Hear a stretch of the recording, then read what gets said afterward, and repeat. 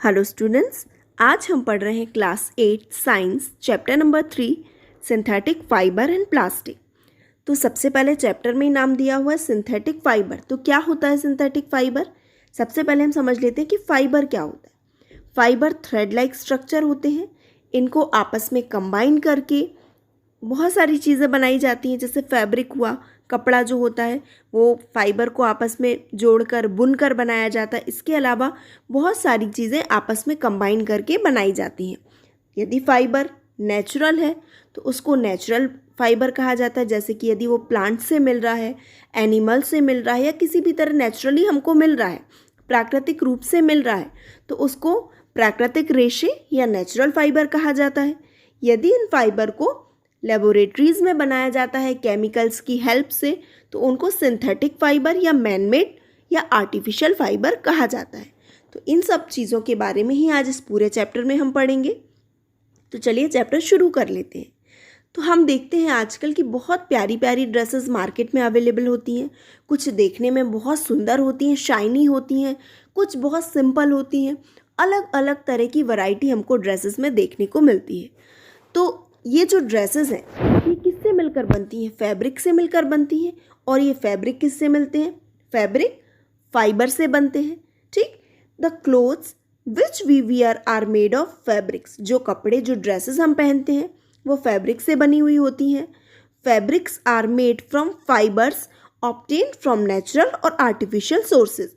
अब जो फैब्रिक है, जो मटेरियल है हमारा, वो फाइबर से मिलकर बन रहा है, जिसे नेचुरली या आर्टिफिशियली प्राप्त किया जाता है। Can you name some natural fibres? क्या आप कुछ नेचुरल फाइबर्स के नाम बता सकते हैं? Fibres are also used for making a large variety of household articles. अब जो फाइबर हैं उनका यूज़ कहाँ किया जाता है? घरेलू जो आर्टिकल्स हैं, घर में यूज़ होने वाली जो चीज़ें हैं, उनको बनाने में लार्ज वैरायटी में इनका यूज़ किया जाता है। Make a list of some common articles made from fibres. अब यहाँ पर बोला गया है कि कुछ लिस्ट, आप एक लिस्ट बनाइए, ठीक, कुछ कॉमन आर्टिकल्स की जो फाइबर से मिलकर बने होते हैं। Try to separate them into those made from natural fibres and those made from artificial fibre.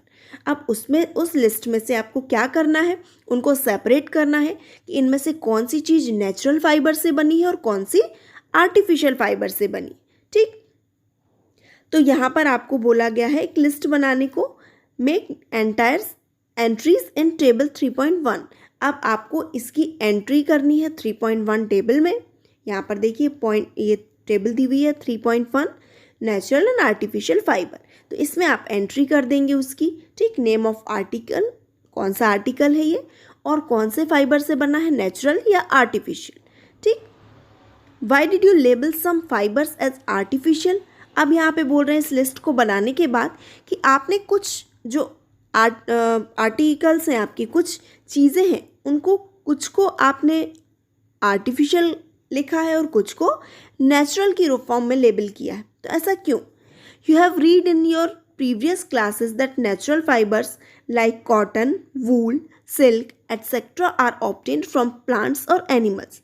आपने अपनी प्रीवियस क्लासेस में भी पढ़ा है कि जो नेचुरल फाइबर होती हैं, जैसे कि कॉटन, वूल, सिल्क आदि, ये सारी चीज़ें प्लांट और एनिमल से हमको मिलती हैं। जैसे कॉटन है, प्लांट से मिलता है। वूल, ऊन है जो हमारा, वो हमें एनिमल से मिलता है। सिल्क, वो क्या है? वो हमें सिल्क वॉर्म से मिलता है। ठीक, तो ये सारी चीज़ें हमको प्लांट और एनिमल से मिल रही हैं। The synthetic fibres on the other hand are made by human beings. अब यदि हम दूसरी तरह से बात करें तो जो सिंथेटिक फाइबर है वो किसके द्वारा बनाए गए? इंसानों के द्वारा बनाए गए हैं। That is why these are called synthetic और मैन मेड फाइबर। इसी वजह से इनको सिंथेटिक और मैन मेड फाइबर कहा जाता है। ठीक, आगे देख लेते हैं हम इसमें व्हाट आर सिंथेटिक फाइबर। अब सिंथेटिक फाइबर क्या होते हैं? Try to recall the uniform pattern found in a necklace of beads joined with the help of a thread। यहाँ पर फिगर नंबर 3.1 दिया हुआ है और उसमें ये बताया गया है कि ये देखिए नेकलेस बनाया हुआ है। यहाँ पर नेकलेस के ये सारे क्या है? बीड्स हैं। ये इन सारे बीड्स को, ये सिंगल सिंगल बीड्स को कंबाइन करके एक थ्रेड में एक लंबी चेन बना दी है और आपका नेकलेस तैयार कर दिया गया है। ठीक, अब सिमिलरली आप दूसरी यहाँ पर फिगर देख रहे हैं, इसमें अब पेपर क्लिप्स हैं। इन पेपर क्लिप्स को कंबाइन कर करके एक बड़ी लंबी चेन बनाई गई है। तो इन दोनों में क्या आपको सिमिलरिटी दिख रही है? क्या दिख रहा है? ये सिमिलरिटी दिख रही है कि इस फिगर में जो बीड्स हैं, बीड्स को आपस में एक एक बीड को थ्रेड में जोड़कर एक लॉन्ग चेन बना दी गई है। उसी तरह से यहाँ पर हर पेपर क्लिप को आपस में कंबाइन करके एक लॉन्ग चेन बनाई है। अ synthetic fibre is also a chain of small units join together. तो सिंथेटिक फाइबर जो होता है वो भी क्या है? एक लंबी चेन है जो स्मॉल यूनिट्स को आपस में जॉइन करके बनाई गई है। Each small unit is actually a chemical substance. अब यहाँ पर यदि हम सिंथेटिक फाइबर में बात करते हैं तो इसकी जो स्मॉल यूनिट होती है, सबसे छोटी यूनिट जिससे मिलकर वो बना है, वो भी क्या है? एक केमिकल सब्सटेंस है। ठीक, each small unit is a chemical substance. हर छोटी इकाई एक केमिकल सब्सटेंस है, एक रासायनिक पदार्थ है। Many such small units combine to form a large single unit called a polymer. अब क्या होता है? ऐसी बहुत सारी छोटी छोटी यूनिट आपस में जुड़ती जाती हैं और आपस में जुड़कर क्या बना लेती हैं? पॉलीमर। ठीक, यहाँ पर वर्ड क्या दिया हुआ है? Polymer. The word polymer comes from two Greek word. अब ये पॉलीमर क्या है? ग्रीक वर्ड है जो किससे मिलकर बना है? पॉली। पॉली मीन्स क्या होता है? मैनी। पॉली मतलब कई, और मर मीन्स होता है पार्ट या यूनिट। मतलब मर का मतलब क्या होता है? भाग। So a polymer is made of many repeating unit. इसलिए पॉलीमर को क्या बोल सकते हैं कि पॉलीमर किससे मिलकर बना है? रिपीटिंग यूनिट से। इसको एक बार अच्छे से समझ लेते हैं। ये क्या है हमारा? यहाँ पर आप देख रहे हैं कि एक नेकलेस बनाया हुआ है। इस नेकलेस में सबसे स्मॉल यूनिट कैसे बना है? ये बीड्स को आपस में कंबाइन करके बनाया गया है। तो एक बीड, एक जो छोटा सा मोती है वो क्या है? उसको एक यूनिट मान सकते हैं। अब यदि ये सारी यूनिट, ये मोती जुड़कर क्या बना लिए? लॉन्ग चेन बना लिए। मतलब एक एक यूनिट रिपीट होकर एक लॉन्ग चेन बना दी। तो इसको हम क्या बोल सकते हैं? पॉलीमर बोल सकते हैं। पॉली मतलब कई और मर मतलब भाग। तो ये क्या है? यूनिट। जो एक मोती है वो क्या है? एक यूनिट है, एक भाग है। तो एक एक यूनिट आपस में जुड़कर इन्होंने क्या बना लिया? पॉलीमर बना लिया। पॉलीमर मतलब बहुलक। अब जो एक सिंगल यूनिट है इसको क्या बोलेंगे? मोनोमर। मोनो का मतलब क्या होता है? एक, और मर मतलब भाग।